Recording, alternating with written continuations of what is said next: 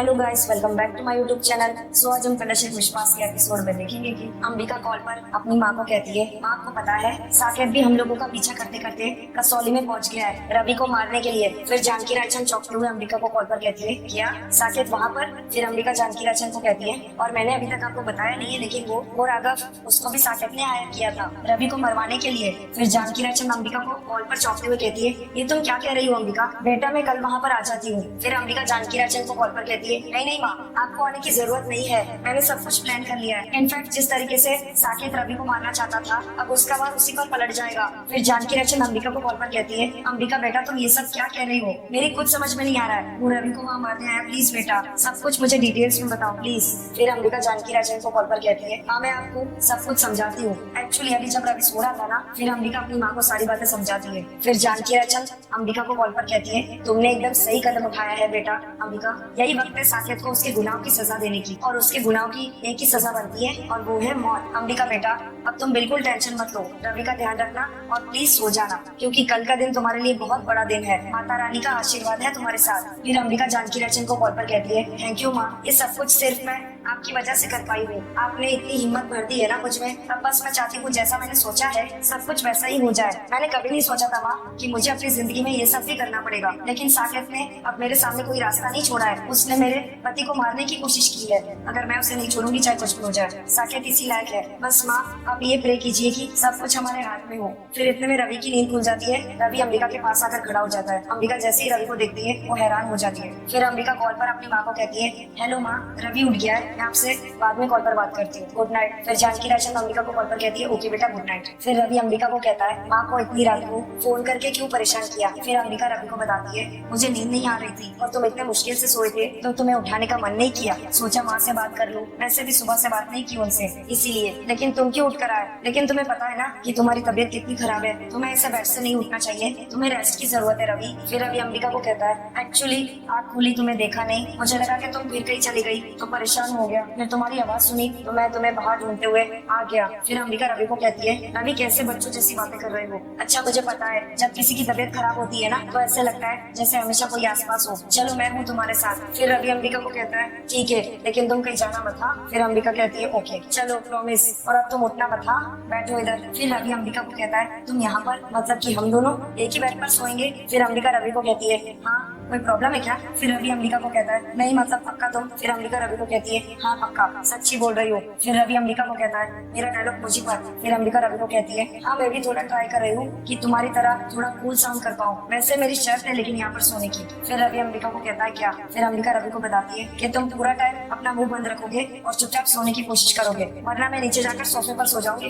फिर रवि अंबिका को कहता है, ठीक है फिर मेरी भी एक शर्त है। फिर अंबिका रवि को कहती है, बोलो क्या शर्त है? फिर रवि अंबिका को बताता है, शर्त यह है कि तुम यहाँ से उठकर नहीं जाओ। फिर अंबिका गुस्से से रवि को कहती है, बोला तो है नहीं जाऊंगी। फिर अंबिका रवि से पूछती है, विश्वास नहीं है? फिर रवि अंबिका को कहता है लेकिन बट ऐसे नहीं। फिर अंबिका गुस्से से रवि को कहती है, अच्छा चुप सो चुपचाप, नहीं तो मैं जा रही हूँ। फिर रवि मुस्कुरा के अंबिका को कहता है, एक बार बोलो ना प्यार से, सच्ची बोल रहा हूँ। फिर अंबिका मुस्कुरा के रवि को कहती है, सच्ची बोल रही हूँ। फिर रवि मुस्कुरा के अंबिका को कहता है, अब तो क्या नींद आएगी, इतना स्वीट लगा तुम्हारे मुंह से, सच्ची बोल रहा हूँ मैं। रवि अंबिका के कंधे पर सो जाता है सर रख के। अंबिका रायचंद के घर पर अचानक से साक्षी को दर्द उठने लगता है। फिर रेखा चाची उससे पूछती है, साक्षी अचानक से तुझे क्या हो गया? वैसे करवटें क्यों बदल रही है? तेरे हाथ में दर्द हो रहा है, बोलना हो क्या रहा है तुझे? फिर साक्षी दर्द में होकर रेखा चाची को बताती है, माँ मेरे पेट में दर्द हो रहा है। फिर रेखा चाची साक्षी को कहती है, अच्छा तू एक काम कर, मैं पेन किलर लेके आती हूँ तेरे लिए। फिर रेखा चाची अपने मन में कहती है, हाय रब्बा मैं तो भूल ही गई, डॉक्टर ने पेन किलर देने से साक्षी को मना कर रखा है, अब क्या करूँ? फिर रेखा चाची साक्षी को कहती है, साक्षी बेटा आई एम सॉरी, डॉक्टर ने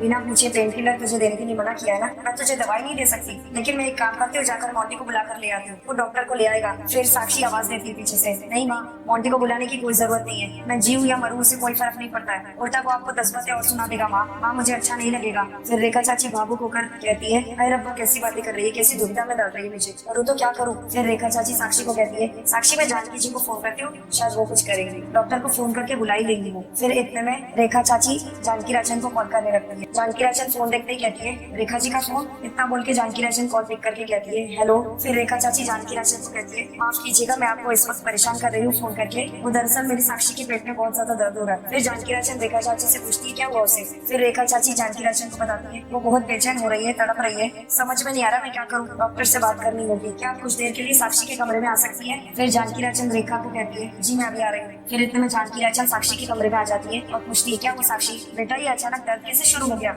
फिर साक्षी दर्द में जानकी राजन को बताते हुए कहती है आंटी जी मैं लेटी हुई थी और अचानक से पेट में दर्द होने लगा। फिर रेखा चाची जानकी राजन से कहती है जानकी जी मुझे समझ ही नहीं आ रहा मैं क्या करूँ, ऊपर से इसी लड़की ने परेशान करके रखा हुआ है, इस जरा भी मेरी बात नहीं सुनती, इतनी सारी दवाइयाँ सुबह से लेकर रात तक इसको खानी पड़ती है, इसके साथ इसको खाना भी खाना चाहिए कि नहीं, लेकिन नहीं सुनती नहीं, आधा खाना हर बार छोड़ देती है। अब इतनी सारी दवाइयाँ ऊपर से पेट में तो गड़बड़ होगी ना। मुझे लगता है डॉक्टर को बुलाने के अलावा हमारे पास कोई चारा नहीं है, आप एक बार बात कर लीजिए। फिर जानकी राजन रेखा चाची को कहती है आप चिंता मत कीजिए रेखा जी, मैं डॉक्टर को फोन करके घर पे बुला लेती हूँ, तब तक आप एक काम कीजिए साक्षी को थोड़ा गर्म पानी दीजिए, उसे इससे थोड़ा सा आराम मिलेगा। साक्षी दर्द में तड़प रही होती है। फिर रेखा चाची साक्षी को कहती है तू थोड़ी देर आराम कर, मैं तेरे लिए गर्म पानी ले आता हूं। उधर जानकी राजन डॉक्टर को कॉल करते हुए कहती है हेलो डॉक्टर भाटिया। अगली सुबह रवि की जैसे ही आंख खुलती है वो अंबिका को अपने बाजू में देखता है सोते हुए। अंबिका ने रवि का हाथ पकड़ा हुआ होता है। फिर रवि अपने मन में कहता है ये सुबह मेरी जिंदगी की सबसे बड़ी खूबसूरत सुबह है, तुम्हारा बहुत बहुत शुक्रिया अंबिका मेरी जिंदगी में आने के लिए, मेरे जीने की वजह बनने के लिए, जिंदगी का सारा खालीपन तुम्हारे प्यार ने भर दिया,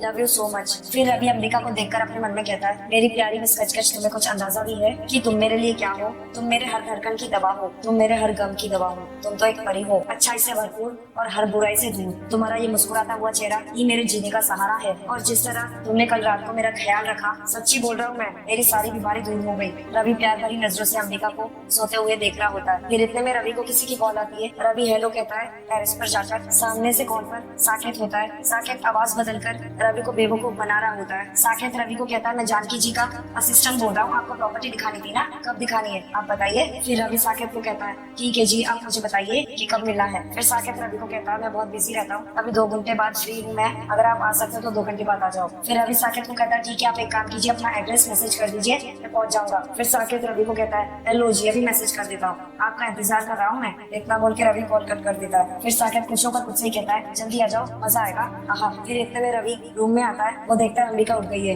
रवि अंबिका को कहता है ओके उठ गई मोहन प्यारे, my loving darling show me my feet, नींद कैसे आई तुम्हें। फिर अंबिका रवि को बताती है मुझे तो बहुत अच्छी नींद आई, लेकिन तुम्हें क्या हुआ है, सुबह सुबह इतना चहक रहे हो, क्या बात है। फिर रवि अंबिका को बताता है हाँ बनता है ना चहकना, पूछो क्यों। फिर अंबिका रवि से पूछती क्यों। फिर रवि अंबिका को कहता है जिसकी बीवी का चेहरा इतना खूबसूरत हो तब दिल से प्यार निकलेगा, लेकिन वो प्यार मतलब लफ्जों में नहीं होगा, मतलब ऐसे होगा जैसे कोयल सुबह सुबह चहकाती है ना वैसे ही। फिर अंबिका रवि को कहती है बस सुबह सुबह शुरू हो गई तुम्हारी फिल्मी बातें, तुम गए कहाँ थे पहले ये बताओ। फिर रवि अंबिका को बताता है एक्चुअली मुझे फोन आया था इस प्रॉपर्टी को लेकर किसी डीलर का, तुम्हारी माँ ने उनसे बात की थी, मतलब हमारी माँ ने उनसे बात की थी उस फैक्ट्री को लेकर, वो मिलना चाहता है, उसने कहा कि सिर्फ 2 घंटे का टाइम है, तो मैंने कहा मैं आता हूँ अभी, बस मैं यूँ गया यूँ आया, तुम चाहो तो तुम साथ में चल सकती हो। फिर अंबिका टेंशन में अपने मन में कहती है वहाँ के एजेंट का असिस्टेंट, लेकिन मेरी तो कल ही एजेंट की यूनियन से बात हुई है कि वो खुद यहाँ आएगा और खुद डिस्कस करेगा सब कुछ यहाँ, तो फिर रवि को यहाँ सुबह इतनी जल्दी वो क्यों बुला रहा है, वो जरूरी साकेत का आदमी होगा, उसने रवि को किसी और नंबर से कॉल किया होगा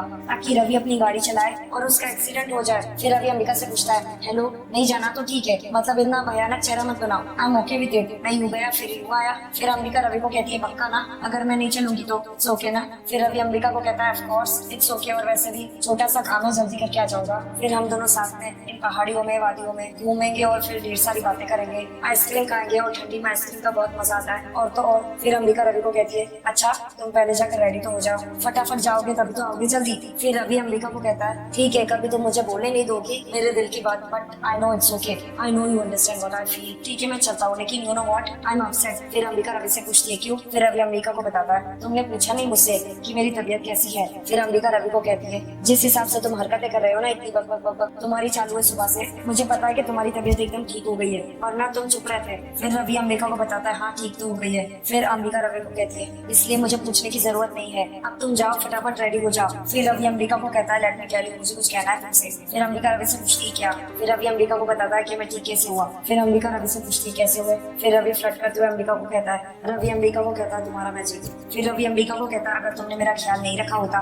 तो मैं ठीक नहीं होता, और वैसे भी मेरी दवा दुआ तो सिर्फ तुम ही हो ना, तो ये बुका शुक्र क्या है, कुछ नहीं यार। फिर अंबिका गुस्से से रवि को कहती है तुम कभी बंद नहीं कर सकते ना अपनी ये फिल्मी बातें, योर वेलकम कि मैंने तुम्हें ठीक कर दिया है। फिर रवि गुस्से से अंबिका को बताता है जा रहा हूँ मैं, बस यूं गया और यूं आया। ओके, इतना बोल के रवि वहाँ से चला जाता है। अंबिका रायचंद के घर पर डाइनिंग टेबल पर जानकी रायचंद टेंशन में अपने मन में कहती है अभी तक अंबिका का कोई फोन नहीं आया, साकेत को लेकर कोई तो खबर मिलनी चाहिए थी ना। फिर इतने में विकास जानकी रायचंद से पूछता है क्या वो आंटी जी आप ठीक तो है। फिर जानकी रायचंद झूठ बोलते हुए विकास को कहती है नहीं नहीं बस हमारी कंपनी का कोई प्रोजेक्ट है, बस उसी को लेकर परेशान। फिर जानकी रायचंद साक्षी को कहती है अरे साक्षी बेटा कैसी हो तुम, पेट का दर्द कैसा है, ठीक है ना। फिर साक्षी जानकी रायचंद को मुस्कुरा के कहती है thank you so much aunty, आपने कल डॉक्टर को बुलाया और मेरा दर्द 5 मिनट में ठीक हो गया। फिर जानकी रायचंद साक्षी को कहती है थैंक यू कहने की कोई जरूरत नहीं है बेटा, लेकिन अब तुम्हें बराबर से खाना खाना पड़ेगा। तुम्हें पता है ना कि तुम कितनी स्ट्रॉन्ग मेडिसिन ले रही हो, अगर खाना नहीं खाओगी तो उसका उल्टा असर हो जाएगा। फिर इतने में रेखा चाची जानकी रायचंद को कहती है हाँ जानकी जी। फिर रेखा चाची जानकी रायचंद को बताती है और इसी वजह से मैं इसे यहाँ ले आई हूँ, सबके साथ यहाँ बैठकर नाश्ता करेंगे, वरना अपने कमरे में तो ये इतनी नौटंकी करती है मेरी जरा भी बात नहीं सुनती, यहाँ सबके साथ बैठकर कम से कम तसल्ली से खाएगी तो।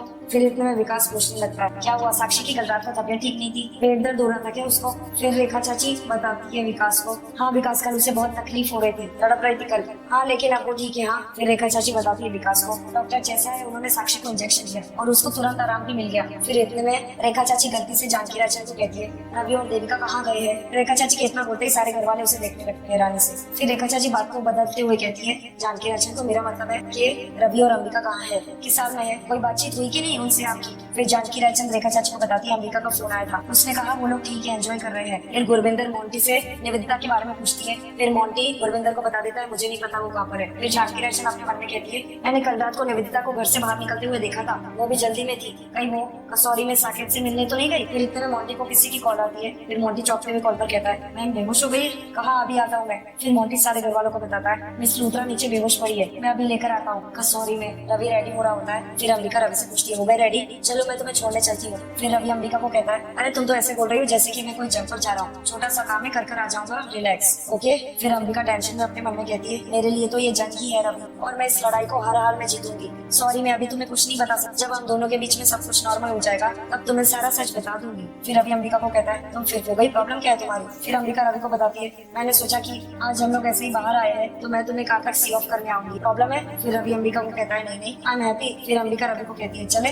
फिर रवि अंबिका को कहता है लेट्स गो। अंबिका रायचंद के घर पर मोंटी निवेदिता को उठाकर ले आता है। मोंटी अपनी माँ को कहता है इनको कमरे में ले जाइए, मैं डॉक्टर को कॉल करता हूँ। फिर जानकी रायचंद सारे घर वालों को बताती है मैंने कल मिस लूथरा को बाहर जाते हुए देखा था, इन्होंने बहुत ज्यादा शराब पी रखी थी। फिर विकास कहता है ये तो जरूरी है, ये नशे में इधर उधर गिरी हुई होगी, इसके अलावा और कोई काम भी तो नहीं ना इनको। फिर मोंटी गुस्से से विकास को कहता है कैसी बातें कर रहे हैं आप विकास भैया, आप देख नहीं सकते उनकी तबियत खराब है, बिना सोचे समझे कुछ भी बोल जाते हैं आप, और आइंदा मेरे सामने उनके खिलाफ कुछ भी नहीं बोलेंगे आप। फिर जानकी रायचंद गुस्से से मोंटी को कहती है वाह मोंटी किस टाइप के इंसान हो तुम, मिस लूथरा के लिए इतनी चिंता और तुम्हारी पत्नी कल रात को इतनी तकलीफ से गुजरी, ये सुनकर भी तुम्हें कोई असर नहीं हुआ, एक बार तुमने उसका हाल तक नहीं पूछा। इनफैक्ट मैंने तो तुम्हें कभी उसका ख्याल रखते हुए भी नहीं देखा। तुम जानते हो ना उसका कितना बड़ा ऑपरेशन हुआ है, वो कितना दर्द सह रही है, मैं और रेखा जी उसका ख्याल रख रहे हैं, लेकिन उसका सबसे बड़ा सहारा तो तुम हो। कल रात को उसके लिए डॉक्टर बुलाना पड़ा, ये सुनकर भी तुम पर कोई असर नहीं हुआ, और उस निवेदिता के लिए इतनी ज्यादा चिंता, बहुत खास है ना वो तुम्हारी, जस्ट बिकॉज वो तुम्हारी बॉस है इसलिए। जी बहुत ही मतलबी इंसान हो तुम। फिर मोंटी गुस्से से जानकी रायचंद को बताता है हाँ मुझे उनकी फिक्र होती है, क्योंकि इस घर में मैं सबसे ज्यादा उन्हीं की केयर करता हूँ, क्योंकि वो मेरी बॉस है, उन्होंने मेरे लिए बहुत कुछ किया है, और मैं कोई ऐसा फरोमोश इंसान नहीं हूँ। और जहाँ तक ये साक्षी का सवाल है, साक्षी के लिए मेरे दिल में कुछ भी फीलिंग्स नहीं है, मेरे सर पर एक बोझ बनकर बैठी हुई है, जितनी जल्दी मुझे इससे छुटकारा मिल जाए उतना ही अच्छा है, तब जाके मुझे चैन मिलेगा। आई होप आपको आपके सवाल का जवाब मिल गया है। मोंटी की जली कटी कड़वी बातें सुनकर साक्षी और रेखा चाची सपने में आ जाते हैं। सो गाइस आज का कलशिक विश्वास का एपिसोड यहीं पर समाप्त होता है। Thank you for watching.